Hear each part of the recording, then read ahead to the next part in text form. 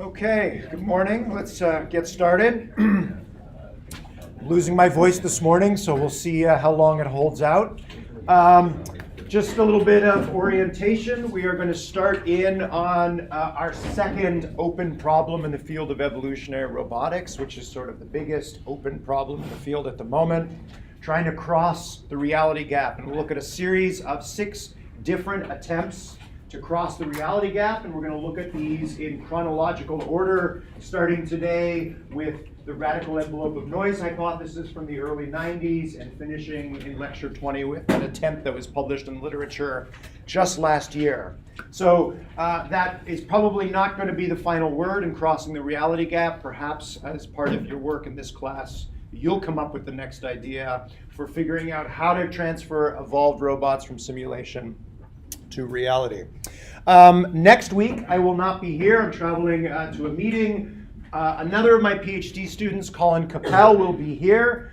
He will be telling you a little bit about his work. Colin is also the prime developer for PyroSim. So all of the hard questions you've had for me about PyroSim, I've usually forwarded you on to Colin. So think up your hardest questions about PyroSim, and you can pepper Colin with those questions on Tuesday. So I think half of the lecture next week will be about sort of an advanced tutorial in PyroSim. The other half will be Colin's work on modularity. A couple weeks ago, we talked about modularity. Colin's PhD topic is on the question of morphological modularity. If you look at biological organisms, there's modularity not just in our nervous systems, but also in the way that our bodies are put together. And one of the interesting things about evolution on this planet is that the structure of the environment has become reflected in not just our nervous systems, but also our body plans. What do we mean by the structure of the environment, and how does it become reflected in body and brain? Colin will show you that, again, through the lens of evolutionary robotics next week. Okay, any questions about the assignments? Obviously, I will not be here on Tuesday to talk about the 10th and final assignment. We'll talk a little bit about that a week from now, next Thursday. But just as a heads up for the undergraduates, when you tackle assignment 10th, it is the longest of all the 10 assignments. I suggest you do not leave it until the night before. Okay, we'll talk more about assignment 10 next week. So, crossing the reality gap. As you all probably know by now, evolution, either biological or artificial, is an exploiter. It will exploit or try to exploit anything that it has at hand, including, in the case of evolving robots in simulation, any slight approximations or differences in the physical simulation compared to reality. Back at the beginning of the course, I showed you a brachiating robot, this robot that swings, uses its body to swing and moves itself along a horizontal bar. And it was using, or evolution was exploiting, the weight of the battery that hung below the robot. So exploitation is, of course, not a bad thing. Evolution also exploits our momentum in order to produce bipedal locomotion. But sometimes exploitation is bad, like in the case of exploiting inaccuracies or approximations in the physics engine. If they do, those inaccuracies or those exploitations are going to be fixed in the virtual robot, and when we transfer it to reality, the physical robot is obviously going to experience a different environment that it saw in the virtual world, and usually what we evolve in simulation does not transfer to reality. That was observed right at the beginning of evolutionary robotics back in the early 1990s. And in 97, the first approach to try and reduce this gap between simulation and reality was introduced with the fancy title of the radical envelope of noise hypothesis. Before we talk about the solution, let's talk about this problem of exploiting details in the simulation. Given what you know about PyroSim so far, what are some approximations or some inaccuracies that exist in PyroSim that would have made it difficult to transfer anything you evolve into a physical robot?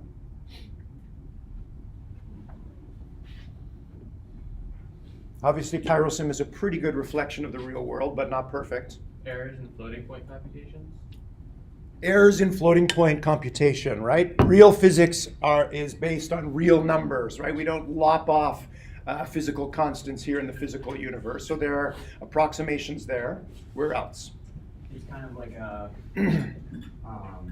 like almost like a perfect system. Like if, for example, in the first assignment when the cylinder fell, it kind of just stayed perfectly standing up. I mean, until the floating point thing happened, but in reality, that would really happen. It would fall over. Exactly, right? So the objects in PyroSim are perfectly symmetric. If you put them end on to the ground, they won't fall over. Real objects in the real world, if you go down to a very small scale, they are irregular in lots of different ways, so you don't get those perfect symmetries. What else? Well, the mathematics of the forces of the joints, Yes. I don't imagine correspond to real motors and joints. That's true. Even the motors themselves in PyroSim don't correspond to real motors. So the motors in PyroSim are applying forces or torques, rotational forces, to objects to rotate them relative to one another. Real motors do that in a much more complex way as is done in PyroSim.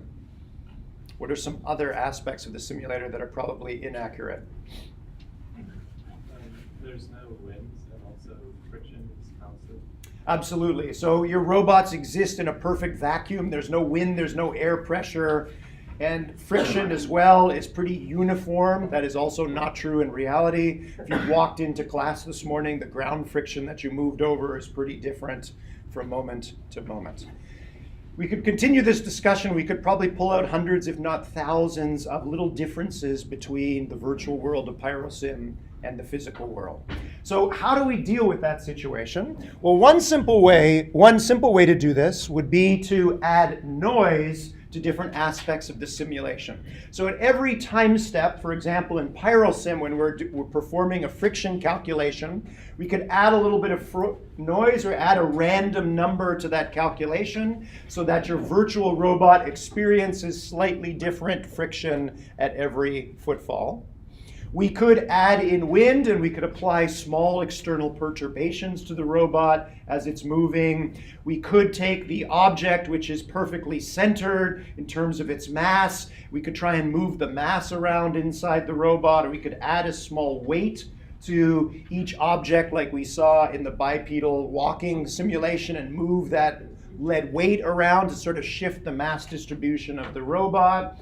We could continue, again, adding in these little additional complexities to the physical simulator for the hundreds or thousands of inaccuracies that we elucidate. But of course, that's going to become a pretty ambitious project. So now we've come up against a new problem, which is which aspects of the simulation do we noisify? Is noisifying friction and approximating wind sufficient? Do we need to put noise on mass distribution? What about the sensors and motors? Do we need to add noise to them? Becomes pretty difficult to decide which, if not all, aspects of the simulation we need to noisify. So in this first approach, which was published a few years before physics engines even existed, they tried to create a minimal simulation for the robot first, so that this simulation, as we'll see in a moment, contains as few details as possible, which is a little bit of a catch-22. We want to evolve robots in simulation and then transfer them to reality, because obviously if we're using evolution, we're going to have to do hundreds or thousands or millions of evaluations before we find one that works. So we want to do that in simulation rather than reality. But simulation is inaccurate, so maybe we'll want to try and robustify our solutions by adding noise to the simulator, but there's lots of different aspects of the simulator that we could noisify. So let's make a simpler simulator, which is maybe creating more of a reality gap, right? Kind of a tricky situation here. Just to sort of illustrate this is from a project I worked on a few years ago, which we'll talk about actually next week, that shows this ability of evolution to exploit aspects of the simulator. What you see in the 12 upper panels here is obviously a virtual quadruped here. I've evolved a gait for this robot already, and if you look carefully, you'll notice that the robot raises itself up, pulls in its front leg, lifts its front leg, and then rocks eventually from back to front, rocks forward, pulls its leg up and sort of rocks back and forth as it's sort of pulling itself forward. We got lucky in this case where we took the evolved controller from simulation here and transferred it to a physical robot. And I've lined up the time steps in reality with simulation, and you can see we actually did a pretty good job of crossing the reality gap. But there were certain moments during the gait cycle, sort of one quote-unquote step of this robot, in which things didn't line up. At this particular point in time, the physical robot rocked forward earlier than its simulation predicted it would. But luckily, that slight mistiming didn't really matter too much compared to the movement of the other two legs, and it was able to continue moving. Why did this particular inaccuracy come up? Why does the robot, when it sort of lifts itself up on its left and right leg, rock forward earlier in reality than it did in simulation? What aspects of the simulation do you think caused that inaccuracy to occur? The shape of the robot is slightly different. The shape of the robot, obviously, as you can see in this picture, is slightly different. And of course, because in the real world, any objects have non-zero mass. If the shapes are different, the mass distribution of the physical and the virtual robot is also pretty different. So if you raise yourself up on your left and right legs, depending on your mass distribution, it's going to take more or less force to push yourself forward.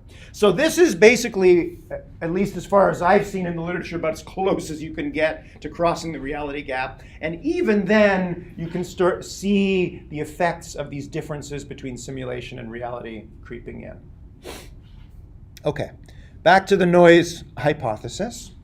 We're going to see the minimal simulation in a second, but even in the minimal simulation, there are many different aspects of the simulator that we could add noise to. So in this work, in the work here, the idea here was to take different aspects of the simulator and break those features down into two sets. The first set is the base set of interactions between the robot and its environment. And these kinds of interactions are things that have some basis in reality. For example, friction. There's going to be friction in the simulator, there's going to be friction in reality, but the actual friction is going to be slightly different. Mass is going to exist in the simulator and in reality, but the mass distributions of the virtual and the physical robot are probably going to be slightly different. Both exist. There are some aspects of a simulator that have no correspondence in reality. They're just an artifact of having to simulate physics in a virtual environment. They have no basis in reality. Can you think of any of those artifacts in PyroSim?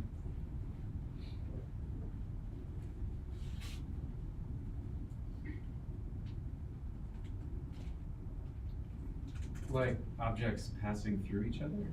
Exactly, right? So you can turn off contacts in certain cases, and objects completely pass through one another, which, with the exception of objects being particulate matter or smoke, objects tend not to pass through one another in reality. So if you did have objects that were able to pass through one another, that feature set would be added to the implementation set. That is a no-no. If evolution is exploiting that fact in any way, we want to make sure that we wean evolution off that as soon as possible, because when we transfer anything to reality, pairs of objects are definitely not going to interpenetrate one another. Okay. Once we have taken the features of whatever simulator we're using and broke those features into the base set and implementation set, during evolution, we're going to add a little bit of noise to the base set. Evolution can still exploit friction, and if we're talking about legged locomotion, evolution better exploit friction. You need friction in order to move forward. But we're going to noisify it a bit. So what this does is to say, use friction, exploit it, but don't expect an exact value of friction at every footstep. It's going to be slightly slipperier or slightly rougher at every footfall. In the case of the implementation set, we're going to add 100% noise. So if two objects interpenetrate one another in PyroSim, whether or not they're going to do is basically a flip of the coin. It's going to be completely random from the point of view of evolution, and hopefully that will ensure that evolution never relies on that fact. Okay. You probably recognize this robot by now. All of the evolutionary robotics experiments done back in the 90s were done with the Kepra robot. Just as a reminder, the Kepra has these two wheels, left and right. We're going to have two motor neurons that can spin the left wheel or the right wheel. In this particular run, we have a total of 8 infrared sensors. An infrared sensor sends out a beam of infrared light and then detects the total amount of infrared light that's coming back. And that gives sort of a rough approximation of distance from the sensor to whatever object it's facing at that time. Pretty straightforward.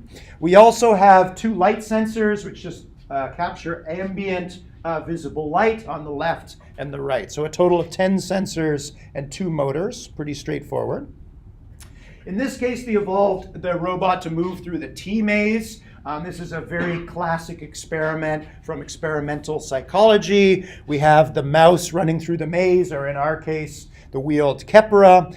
As the robot moves up this particular part of the T-maze, when it passes this position, a light is going to flash either from its right or its left. It is going to continue up the stem of the T-maze, and by the time it gets to the junction, the light has been turned off. It cannot see the light anymore, and the task is obviously to remember which side the light flashed on and turn in that direction. As you can imagine, this experiment was made to test animals' ability to remember information. In this case, we want to use it to test our Kepra's ability to remember things. You are all now students of embodied cognition. It turns out there's a little bit of a, maybe not a problem, but there's a bit of a hack with the T-maze. You can actually solve the T-maze without having to remember. Remember that the idea of embodied cognition is that the body is a tool with which you can push against the world and observe how the world pushes back. How could the Kepra exploit its body in this experiment to not have to remember? Does it kind of push against the wall at an angle until it gets to the turn, and then it automatically is already Push against the wall at an angle, but which wall should it push against? where the light's coming from? Exactly. When you see the light, either move to that wall or at least break the symmetry, move closer to that wall. Or actually, it doesn't matter. You could move further away from that wall and just, when you get to the T-maze, turn towards the wall that's furthest away. Right? As long as you break your symmetry at the moment you see the light, you don't necessarily need to remember. Luckily for this experiment, it doesn't matter whether the Kepra remembers or uses its body to remember. We're going to test whether we can evolve controllers for a simulated Kepra and then transfer it successfully to a physical Kepra. Okay, so that's the task. Fitness function is pretty straightforward. We're going to sum the total distance that the robot moves up the stem, which is d1. We're going to sum the amount of distance that it moves within the top of the T, which is d2. And if d2 happens to be moving in the right direction, it gets an extra 100 points. If it moves d2 in the wrong direction, it doesn't get those extra points. So by creating a fitness function that sums d1 and d2, we're rewarding for movement, obviously. We're also rewarding for turning and getting some points for d2. And if it turns in the right direction, you get the extra 100 points. Very simple robot, simple task, simple fitness function. Everything looks straightforward. And a very, very simple or minimal simulator. In this case, we're going to throw away the T altogether, and we're going to simulate the Kepra twice. Or we're going to simulate every controller on the Kepra twice.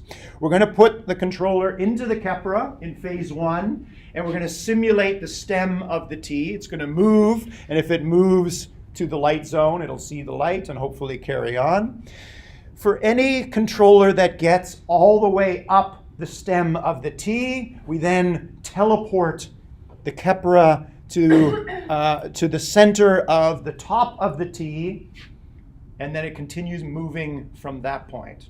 Why would we break the T into these two corridors? Why teleport the robot when it gets to the intersection? Remember what we're trying to do in this experiment, which is add a little bit of noise to things that have a basis in reality and add 100% noise to things that have no correspondence in reality. Are there any engineers here? Anybody have any experience with physical infrared sensors? They're lousy. They're particularly lousy if you're sending out a beam of infrared light against something that you're not facing head on. If you're facing an object head on, you send out an infrared pulse, you're going to get a pretty good signal back, which will tell you pretty well how close you are to the object. If you're sending an infrared beam at an angle, and there tend to be multiple objects or lots of complex angles, you may get some signal back, but what that signal tells you about the objects out there in front of you, hard to say, right? They're using 8. So they have 8 infrareds. There are 8 sources and 8 receivers. There's a lot of crosstalk, exactly. So especially when the robot gets to the intersection. Imagine the Kepler is sitting here, and remember it has these 8 infrared sensors arrayed around its circumference. It's going to get some very confusing signals when it's in the intersection. So they get rid of the intersection altogether. If the robot gets to the intersection and it teleports to phase 2 here, any infrared signals that are sent backwards from the robot enter this noise zone. So this is the intersection just behind the robot. And signals that are sent back are noisified 100%. What this tells evolution is that evolution cannot rely on the infrared sensors when it gets to this region. It's getting very, very noisy signals. You can think of the values or the light values at this point as sort of flickering between the minimal and maximal value, which is probably not different from what the physical robot will experience when we run it in reality. So whatever the controller causes the robot to do, it better not rely on the infrared sensors when it's in this situation. Okay. Let's talk a little bit more about this minimal simulation. It is really minimal. As I mentioned, physics engines did not exist at this point. They weren't going to exist for another 3 years. The simulation is actually 2 lookup tables. It's about 20 lines of code. It's about as minimal as you can get. The first lookup table takes as input the robot's orientation and the speed of movement. So remember, we have the 2 motor neurons. Those 2 motor neurons are outputting 2 floating point values, which tell us how much the robot is trying to move. And if those 2 values are different, how much it's trying to turn. So we take the robot's current orientation and how it's trying to move. We take those values, we send them as input to a lookup table, and the lookup table gives us back new delta x and delta y, so the change in position of the robot. So we're updating the position of the robot based on this lookup table, and the position of the robot is just a dot. It obviously doesn't exist in a virtual world. Table 2, in this case, we're going to take the known orientation of the robot now relative to the closest of the 2 walls. The robot is always moving through a corridor. So we take the orientation of the robot to the closest wall and dy, the distance away from that wall. Send that as input to the second lookup table, and the second lookup table gives us back the length of the line of the beam of reflected light of the IR. So the second table is trying to simulate the response of the sensors.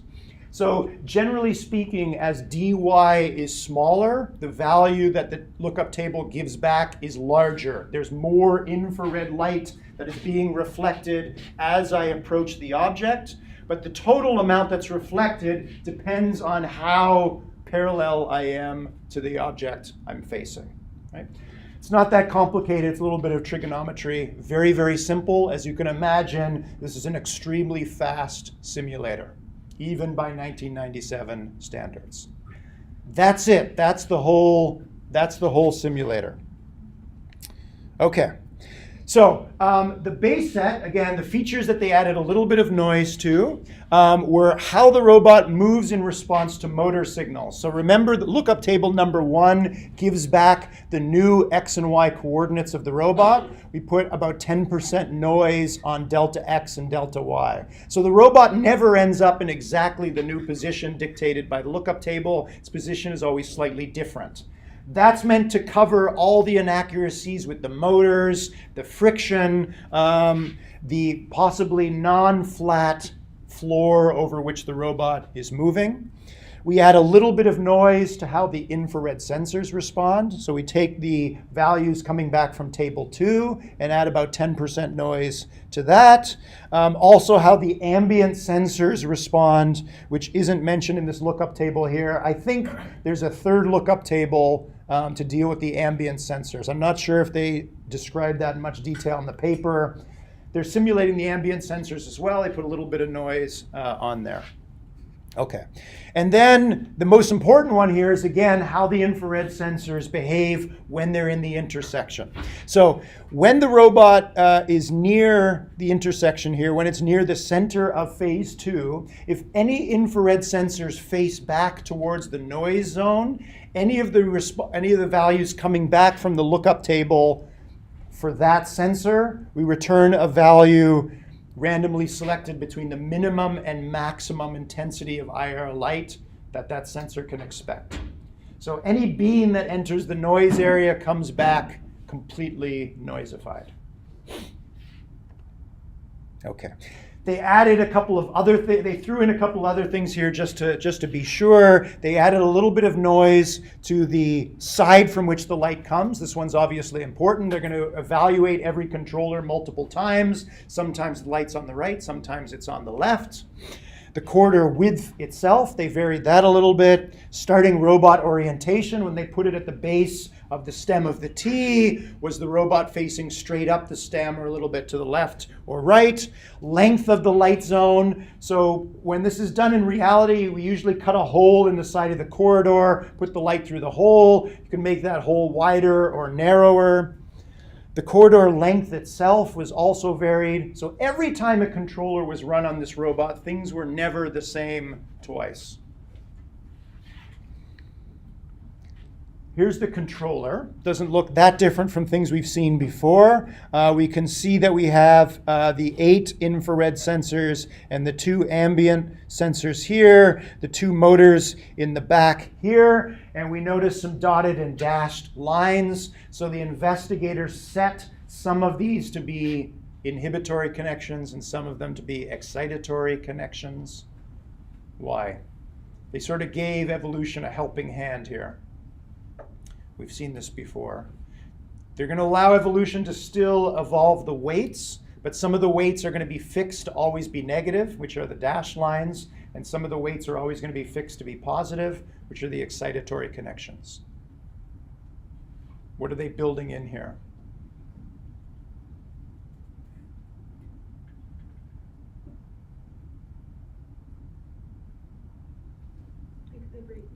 It's the Bradenburg. So if you trace this through, they're giving the robot a little bit of a hint. If you get too close to any one wall, turn away from it, which might rule out the solution of seeing the light and actually driving up against it and holding against the wall. However, the robot can still, quote unquote, cheat by staying closer to one wall than the other.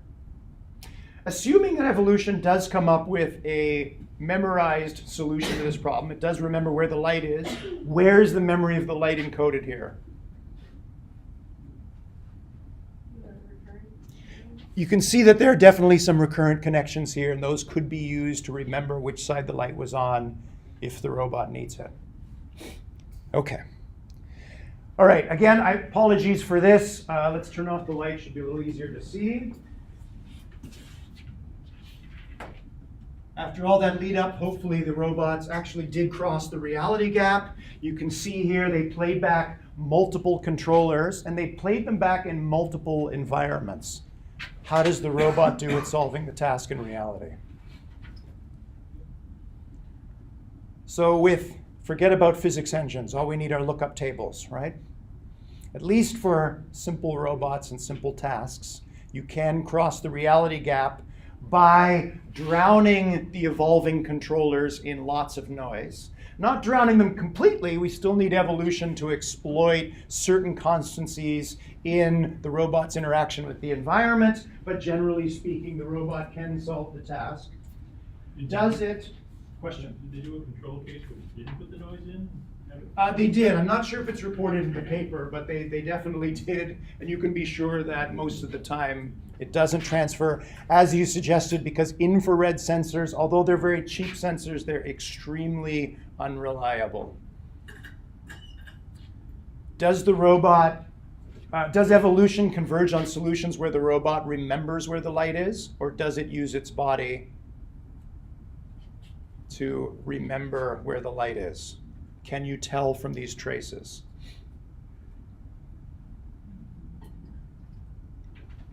In the first two, or the top two, it doesn't look like it alters its course that much after passing through the light, so that would indicate it does actually remember it, doesn't it? It looks like, at least for these controllers, it looks like it's probably remembering, or at least if it's using the asymmetry between the two walls, it's too small for us to notice.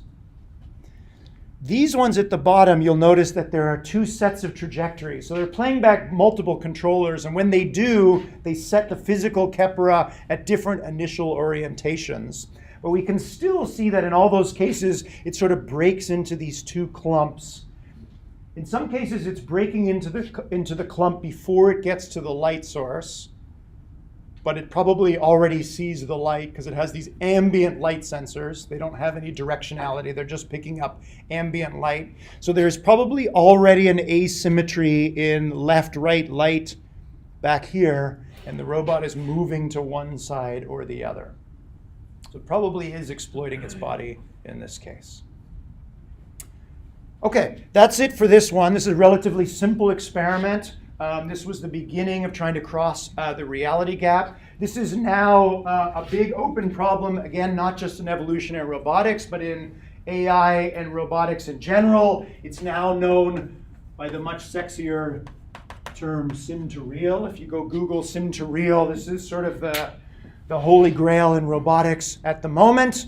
And there was a paper published by NVIDIA just this year on a state-of-the-art approach to sim to real. And the groundbreaking idea here is to add some noise to the sensors of the robot before you transfer to reality. Read the literature. Okay. Let's move on to an experiment that's a little bit more sophisticated. We're going to move on now to what has since become known as the Golem project. Who or what was the Golem? Was it clay monster? It's from a fable, I think. It's from Jewish folklore, the clay monster, exactly, that's able to be brought to life. It was a story about long before Frankenstein, but basically the same idea, the Golem. Okay, so before we talk about the Golem project itself, let's go back a little bit further to the early 1980s. There were a series of NASA conferences at that time about how to eventually colonize the lunar surface and the Martian surface on that distant day when we finally got there. And a lot of ideas that were thrown around at that time and even earlier were, obviously, we're going to send hundreds or thousands of robots that will pave the way for eventual human settlers. Someone had the idea, instead of sending hundreds or thousands of robots, send just a few robots, but those initial robots will only be able to do one thing, which is to make copies of themselves, but also make slight modifications during the copying process, because eventually we don't just want self-replicating machines on another planetary body. We want those machines to do something useful for us. So that's an idea that, at least in NASA circles, has been around since the early 80s, but goes even further back to the late 1940s, to John von Neumann, one of the founding fathers of computers and computer science. He had a lot of great ideas, and one of them was what has since become known as von Neumann machines. This is different from the von Neumann architecture, which you probably already heard about. Von Neumann machines is, again, this idea that if we want machines to do useful work for humans, one way to do this might be to enable them to make copies of themselves and introduce some of the functionality that we eventually want a descendant robot to produce. So eventually we have robots that self-reproduce and do useful work for humans. What could possibly go wrong here, right? You probably heard of these ideas from Hollywood. Hollywood has some very specific ideas about what could possibly go wrong here. So we're going to talk about self-replicating machines here. We'll keep the ethics in the back of our minds as we continue. All right.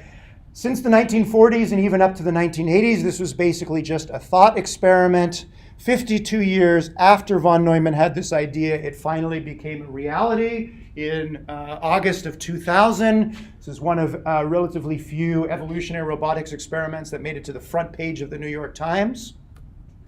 According to the New York Times reporters, scientists had made the first robots that make robots. It's not quite true, but pretty close. They were reporting on the Golem project here, which again is an evolutionary robotics experiment. It's made up of 3 steps. The first one will look very familiar to you by now. They're going to evolve a robot to locomote in simulation. In this particular experiment, they're going to be evolving both bodies and brains. From this point until the end of the course, we're going to see more and more experiments where evolution is not just tinkering with the synaptic weights of a fixed neural network architecture inside of a fixed robot. We're going to broaden our evolutionary algorithm so that it is adding and removing neurons and synapses and also possibly body parts. We'll talk about step 1 in a moment. Once they've evolved robots in simulation, in this experiment, they transferred those designs to a brand new machine known as a 3D printer. So this is really a paper about 3D printing, not so much about robotics. At this time, 3D printers were still extremely rare. They only existed in a few research labs. Once the robots had been manufactured using 3D printing, back then you could only print in plastic. So we're going to print a physical version of the robot out of plastic using this hollow tube architecture and then snap in the sensors and actuators and batteries and electronics manually. So we're not manufacturing a complete robot yet, just the skeleton, and then we're manually going to add everything else. Okay, let's look at step 1, the evolutionary process. This evolutionary algorithm was invented before HyperNeat was invented, which we just talked about last time. So instead of trying to paint body and brain within a 3-dimensional volume like you can do with HyperNeat, in this case, they were evolving a genotype that was made up of lists of lists. At the top level of the genotype, we have a list that's made up of 4 other lists. The first list is a list of XYZ vertices. So you can think of this list as the points specifying where the intersections between the parts of this robot exist. If we add an element to this list, we're adding a new point to the robot. If we delete an element from this list, we're deleting one of these points from the body of the robot.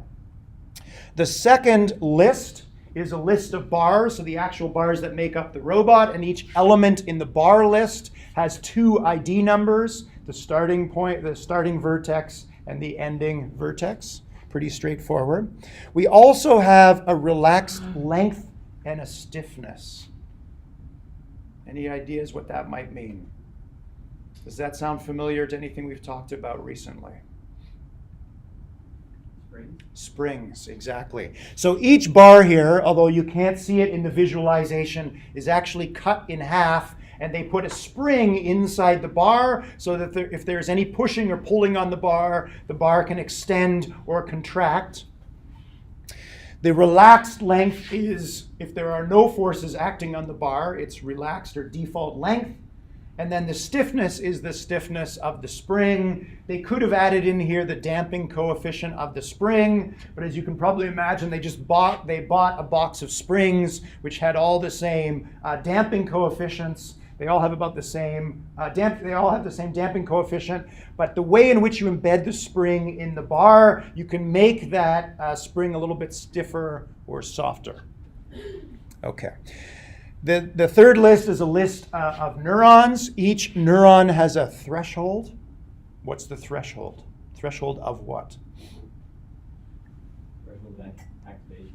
Exactly. So they used the step activation function here. So if the raw incoming value was above the threshold, the neuron would send out a value. If the raw incoming value was below the threshold, the neuron would output a 0. In this case, whenever a neuron was added to the robot, that neuron would be attached to all the other existing neurons with the synapse. So they don't actually have a list of synapses here. The synapses are implied by additions or deletions of neurons. You can see in the little cartoon over here, we have 5 neurons, and every neuron is connected to every other neuron.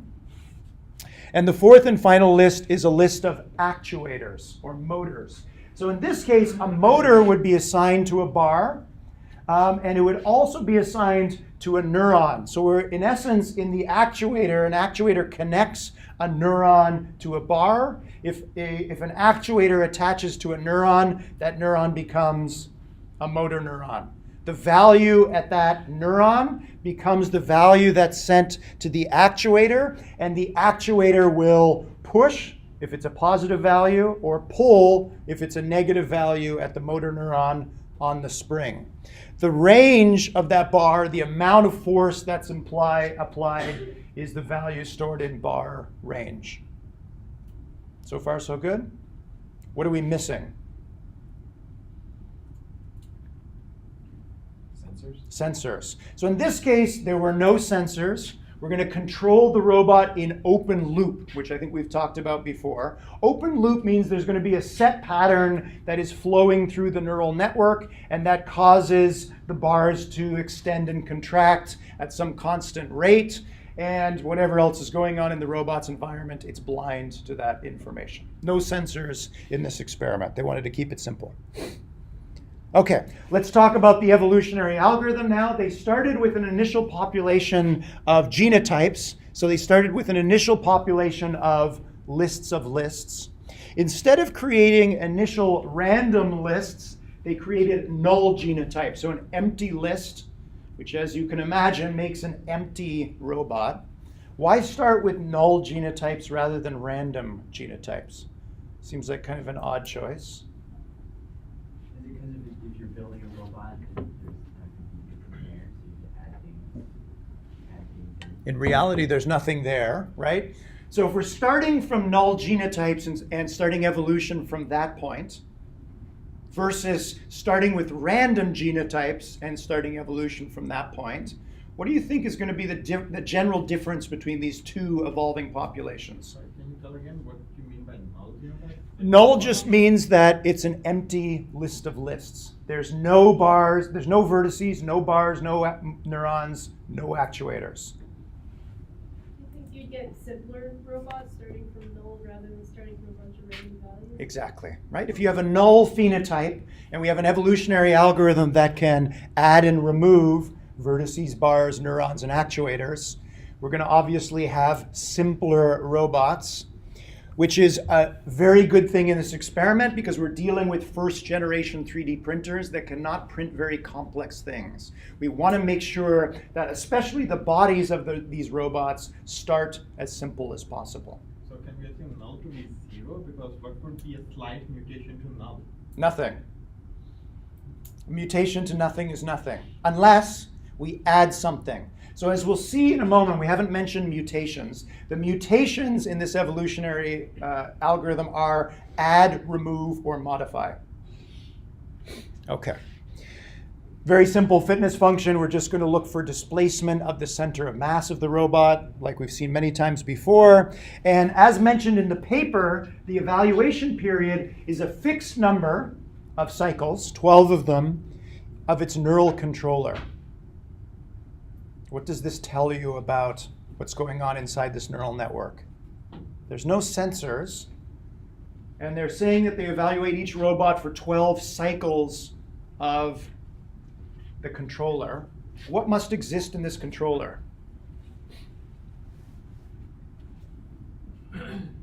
What causes cycles inside a neural network if we don't have any sensors? Is it the central pattern generator? The central pattern generator. So I think they neglected to mention this in the paper, but there must be a central pattern generator in there that is applying a regular pattern, a regular pulse into the evolved neural network, which alters the shape and the frequency and the amplitude and the phase offsets of the different neurons in this neural network. So all robots are going to get 12 pulses. What those robots do with those 12 pulses is up to evolution. Okay, now let's talk about mutation. As I mentioned, we've got add, remove, and modify of different things. And in this experiment, there are a total of 10 different kinds of mutations that can hit the genotype. Here's a little cartoon representation of a robot that's undergoing 1, 2, 3, 4, 5, 6 mutations. And as you can see, the robot that begins this process here is the null robot. There's nothing there. Okay, so mutation number 1, pick a bar at random and change its length. The probability that that mutation will happen is 10%. Second mutation, select a synapse at random, change the weight. Mutations 3 and 4, add or remove a dangling bar to a vertex. Add or remove respectively, 3 or 4. So pick a vertex at random and add a dangling bar there. If it's removed, pick a vertex at random. If there's a dangling bar there, delete it. 5 or 6, add or remove unconnected neurons. So we would just add a new neuron to our neural network here. And it's not mentioned here, but whenever we add a new unconnected neuron, we also add a whole bunch of synapses that connect that neuron to all the other existing neurons so far. Split a vertex into 2. So we pick a vertex at random, we split that vertex in 2, move them apart by a small amount, and then add a bar connecting those 2 vertices together. Take a bar, mutation number 8, pick a bar at random, split it into 2, and put a vertex at the middle. So now we have 2 bars with a vertex between them. And finally, number 9, attach a randomly selected neuron to a randomly selected bar. So we're basically adding a new actuator. Pick a neuron, pick a bar, attach them. So now the value at that neuron is going to pull or push on that bar. Mutation number 2, basically pick an actuator and cut the link between that neuron and that actuated bar. So far, so good? Question? So it would randomly choose which one of those 10 actions, and then it would randomly choose if it was putting a bar somewhere or a neuron, the location where that neuron would go. Exactly. So if we have our population of genotypes, we pick one of them for mutation, we make a copy of that genotype, and when we do, we introduce a mutation. Which mutation we choose is based on these probabilities. So some of these mutations are more likely than others, right? When we select one of these 10 mutations, for example, this one, we now have to select a random synapse and apply the mutation to that synapse. If instead the mutation that was occurring to that robot was this particular mutation, we would instead pick a bar at random, apply the mutation to that bar, and continue. So that it seems like the fitness landscape would be really growing. Do they have to do a ton of generations in order to... The fitness landscape would be growing. What do you mean by the fitness landscape growing? So as you add more neurons and more bars, then you're kind of creating a larger population size for random to mutate something versus if you had like a fixed set and the chances of a single bar or neuron. Basically, as more stuff's getting added, the chances of mutating that one thing go down. That's right. So as the robots become more complex, as there are more parts, the probability that any one part will be mutated decreases. That's a good point. Whether or not that has a positive or adverse impact on the ability of evolution to find fast-moving robots, Who knows? You mentioned the fitness landscape, and that's a good point. So up until this point, we've been using the fitness landscape as sort of a geometric metaphor for how evolution proceeds. And if you remember, usually up to this point, all of the horizontal dimensions in the fitness landscape corresponded to one element in the genotype. If we had only one synapse in our robot, there's only one element that's being evolved, and we're evolving the weight of that single synapse. So we can then think of any horizontal position in this 2D fitness landscape as a given genotype, which is a given value of the weight of that synapse. And the height of that point corresponds to the fitness of the phenotype corresponding to that genotype. If we have a robot with two synapses, then we have a three-dimensional fitness landscape. The weight of synapse 1 and the weight of synapse 2, and the height of that point is the fitness. If we have 3 synapses, we have a 4-dimensional fitness landscape. If we have 100 synapses, we have a 101-dimensional fitness landscape. But in all those cases, we always have a fixed dimensionality because we have a fixed number of synapses.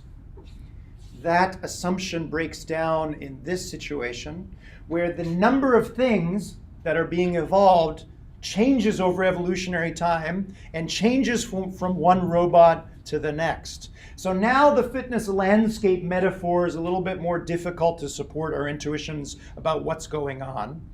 You can try to think about this, if you like, as a bunch of points that are sitting in a fitness landscape. And at the next generation, not only has the surface of the landscape changed, but the dimensionality has also changed, at least for different individuals in the population. So whether the fitness landscape metaphor is still useful here or not, I'll leave that to you. But the basic thing to keep in mind is we're starting very simple as you can get, null robots, and we're allowing evolution to add, remove, and modify things as evolution proceeds. As you can imagine, null phenotypes, null robots don't travel very far. So adding something is going to be helpful. Adding how much is not clear.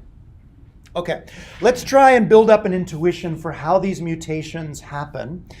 In the cartoon here, each of these arrows represents a mutation that turns this phenotype into the next phenotype. I want you to turn to your neighbor and try and figure out for each of these 6 mutations, which mutation was the one that was applied at that step. I'll give you a couple minutes to chat this over with your neighbor, and then we'll see what you came up with. Does it help if I scroll this up a little bit?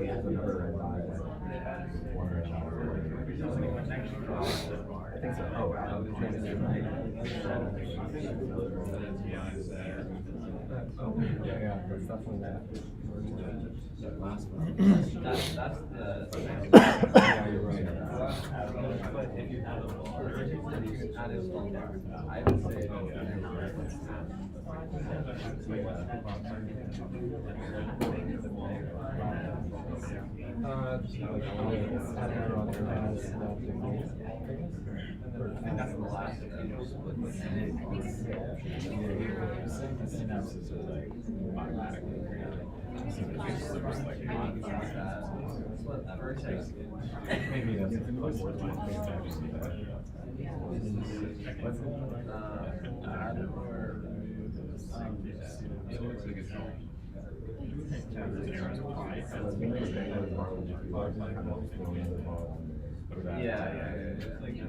It's like it's like bar is bar. Yeah. In terms of the 2 bars. Is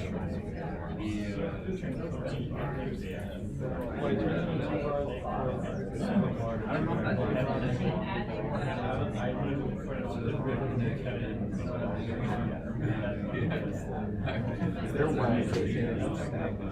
Is there one mutation in each step? Okay, no, so that's what it is. Okay, let's just say Another I think maybe Good point. Okay, we have a bit of a problem crossing the reality gap here, right? This is a cartoon figure in more ways than one. Is there one and only one mutation at each step here? No. Okay. Let's start with the first one. We have a null phenotype, which obviously becomes a non-null phenotype. Which mutation caused that transformation?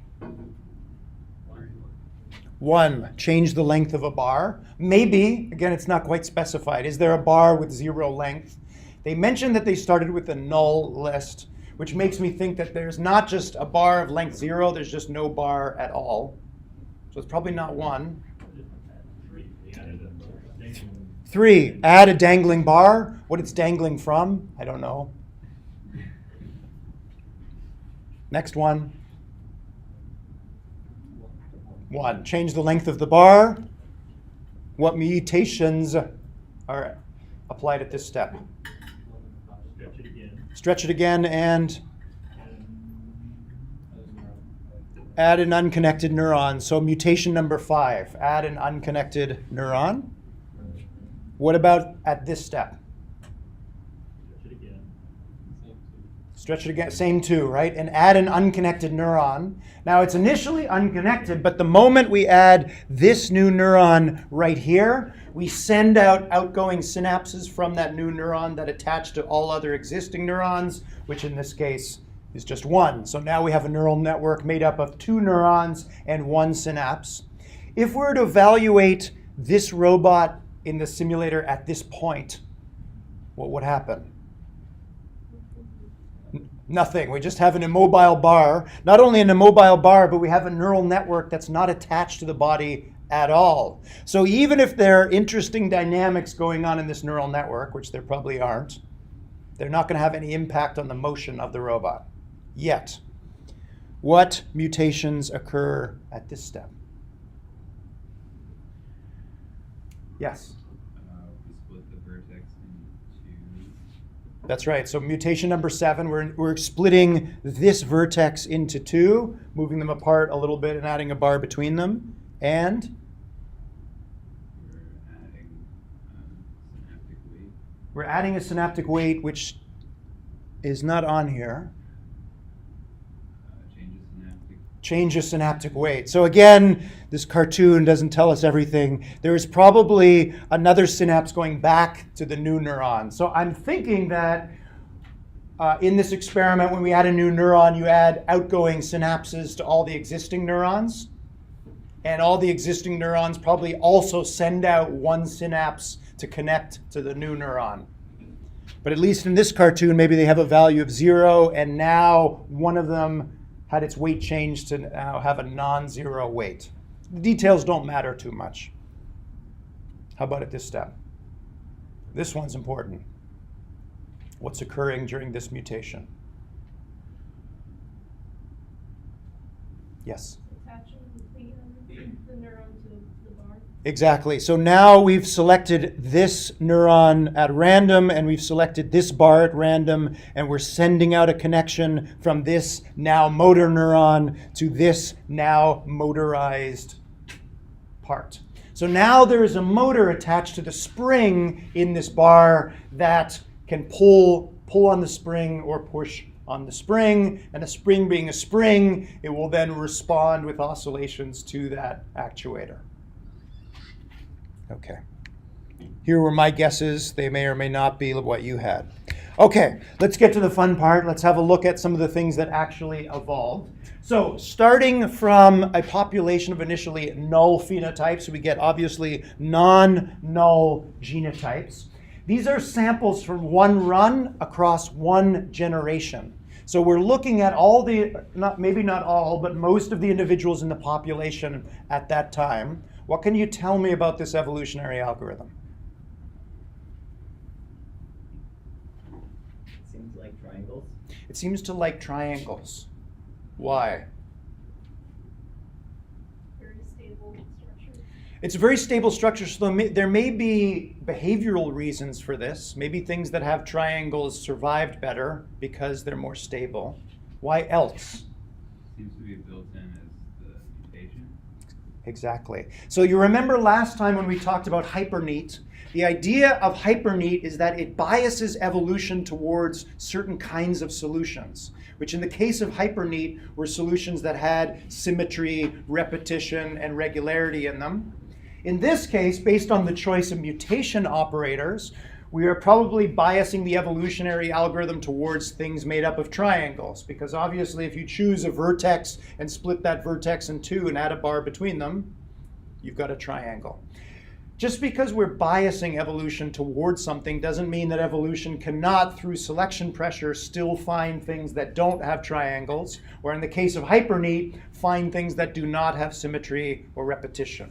That's why we're using the term biasing evolution towards, not forcing it to choose between. What else can you tell me about the evolutionary algorithm? For those of you that have moved on to the genetic algorithm, you probably noticed there's a problem with the genetic algorithm, which does not exist here. Doesn't look like it's dominated by any one phenotype.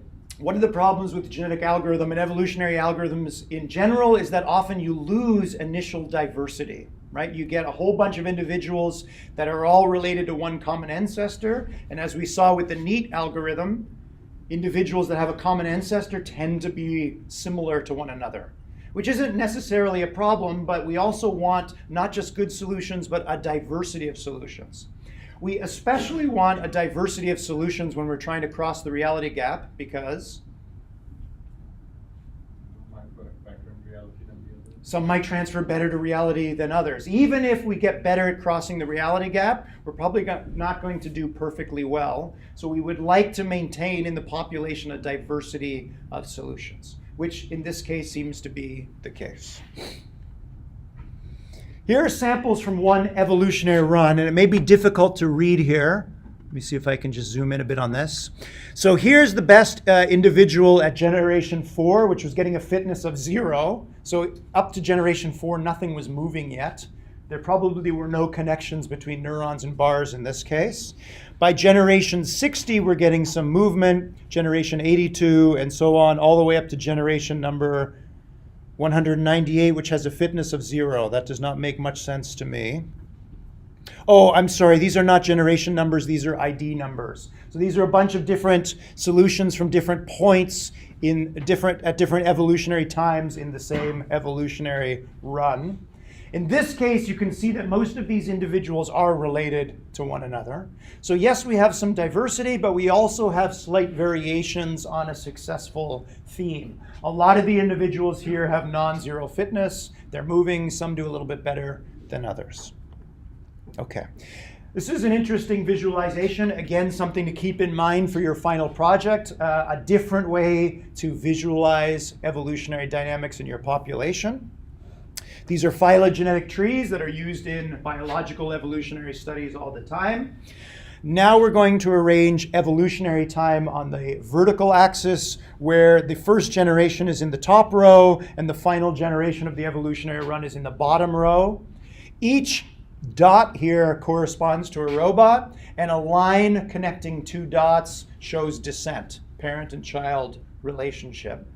The positions of the points are arranged so that most of the time horizontal distance between 2 points or 2 robots represents how far back in the evolutionary tree you need to go to find a common ancestor. The closer 2 points are horizontally, the more related they are to one another. That's not true everywhere in this plot, but generally speaking, that's the case. Here are phylogenetic trees drawn for 4 different evolutionary runs that were picked and reported in the paper because they show that you can get very different evolutionary dynamics in different runs. In the first case, we get divergence. We get a whole lot of individuals that they have a common ancestor, but it's a long way back in the evolutionary tree. You got a lot of diversity. You've got brothers and sisters, but first and second cousins, 10th, 11th, 20th cousins, and so on. Lots of diversity. The inverse occurred in this other evolutionary run. There were some other lineages here, but they all died out. So at the end, we have a population that's made up of brothers and sisters. Everything is very closely genetically related to one another and probably a lot of similar behavior. In this case, in C, you can actually see the emergence of species. So at the end of the run, there's sort of these 3 or 4 clusters of related individuals. It's kind of interesting. In this 4th run here, the dinosaurs were dominating the population for quite a while. However, 3 small mammals survived somehow in the population for quite a while. And after a while, those 3 mammals started to produce offspring that started to compete with the dinosaurs, compete better and better, and eventually drove this group to extinction. And at the end of this run, we again had a population of closely related individuals. A nice way to visualize whether and how your evolutionary algorithm is working. Okay, let's have a look at some of the better evolved solutions. Here are some variations on a common theme that showed up quite a bit. I'm not sure if I can play these at the same time. I guess not. Okay. Here's a version of the snake and one of its relatives.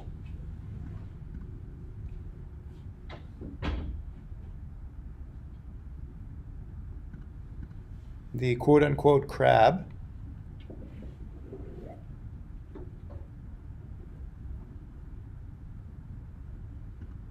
And another one of its relatives.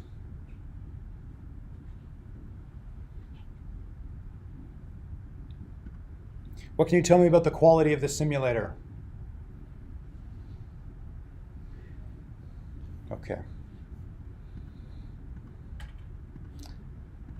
I won't play the videos of these, but you can go and watch these at your leisure, and you can see that obviously evolution comes up with lots of diverse solutions, but the most important thing in this experiment is, of course, how well do they transfer to reality.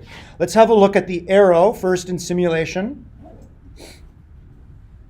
which traveled almost 60 centimeters over those fixed 12 actuation cycles.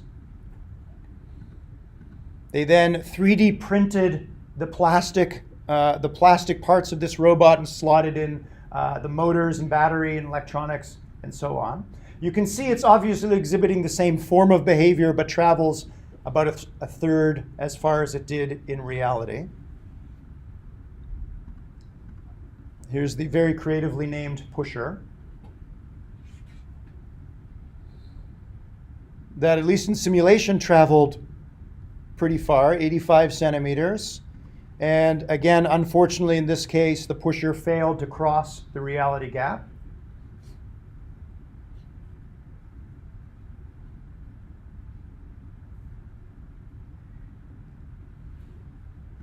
And finally, the tetrahedron, although it traveled not as far in simulation, actually successfully crossed the reality gap to within 0.1 centimeter.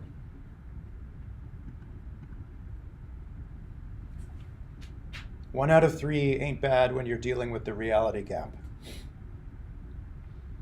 Why did the tetrahedron transfer and the other 2 did not? It looks like it relies a lot less on physical constructs like friction or its own weight. It relies less on its own weight and relies less on friction. Why?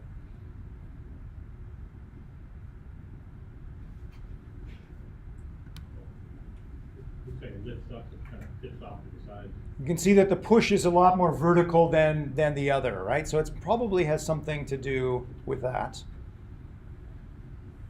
Other ideas? Triangles are really Triangles are really stable. stable, as was said before, that's right. So it's not really moving its center of mass too far away from its direction of travel. It's pretty stable. Minimum number of legs that's touching the ground and a minimum number of moving parts. Exactly.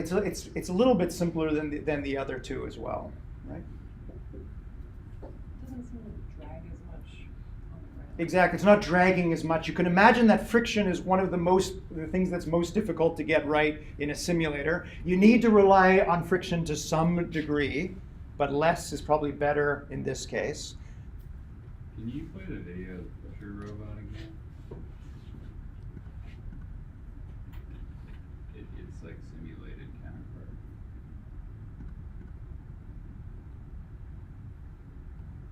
A lot of friction in this case. There's like a lot going on there, that's like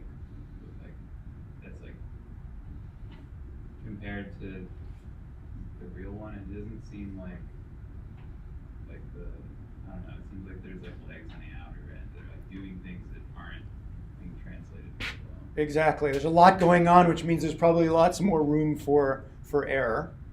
So we've got 1 success and 2 failures. It would be great if we didn't have to go back and build a whole bunch of failures. Could we take what we've learned from these 3 and feed it back into the evolutionary algorithm, re-evolve using what we've learned, try to cross the gap again, and if we have successfully learned what transfers and what doesn't, we should be able to cross the gap better the second time around.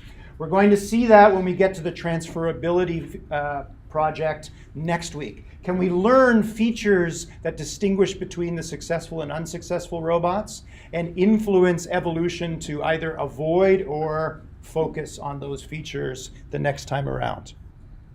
Okay, we got 4 minutes left, so let's get to step 2, which by now maybe seems almost old-fashioned, but at the time this was science fiction, that you could actually layer or deposit with thermoplastic, plastic that has a relatively high melting point. You could deposit layers of liquid plastic that solidify fast enough to receive the next layer of liquid plastic, and layer by layer build up this collection of hollow tubes with the help of this support material.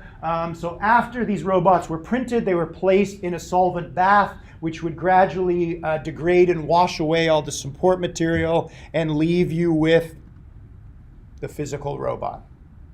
Okay, we're attaching the bars together with vertices and using something that looks not unlike your shoulder joint. We can actually create something that allows rotation, 1 degree of freedom rotation between these bars. And as I mentioned, they manually slot in all the rest of the robot. One of the nice things about 3D printing robots is once you're done with the robot, you can melt it down and reuse the thermoplastic for something else.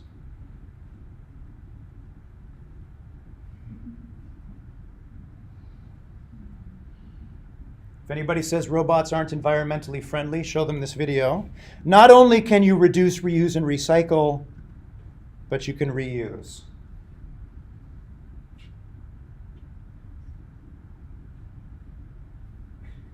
Self-reproducing robots aren't scary enough. How about, there you go, okay.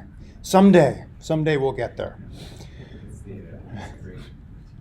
Okay, we've only got a couple minutes left. I want to finish up this lecture today. At that time, the Fab at Home project was launched. This was an idea to actually try and open source this brand new 3D printing technology. The Golem project was one of the starting points for the 3D printing revolution. And again, this idea of open sourcing it, do it at home, led eventually to the maker movement and so on. At the same time that the Fab at Home project and the Golem project was being carried out in the US, in the UK, the RepRap project was being carried out. This is a machine that makes a machine that makes a machine. So the Golem project, unlike what the New York Times reporter said, was not really a robot making a robot, because the robot that was produced by the 3D printer obviously could not make another 3D printer, which could make another robot, and so on. The RepRap project, however, the RepRap printer could print almost all of its own parts. It still had to rely on a human to put those parts together, but you could imagine printing out not just all the parts, but the parts put together in the right way so that you have a printer that prints a printer and prints a printer and prints a printer and so on. That project is still going in certain forms. It would be great if we could add an evolutionary algorithm to this, where the fitness function is not just produce as close to a copy of yourself as possible. What else might you include in a fitness function that is evolving printers that print printers? Production speed. Production speed. Print a copy of yourself faster than you were printed. What else? Like fineness, Sorry? resolution of the print head. Resolution of the print head, right? Print a print head that's better than the current print head. What else? Why do we have to explicitly give it a fitness function? Because it's going to be reproducing in reality. That's right, survive. Yeah. We could give it that. So evolution will happen naturally. Yes, and Hollywood has already told us what happens if the fitness function is simply survive at all costs. So maybe we will be more explicit about exactly how we want printers to print printers to print printers. Let's leave it there for today. I will be away next Tuesday. See you the following Thursday.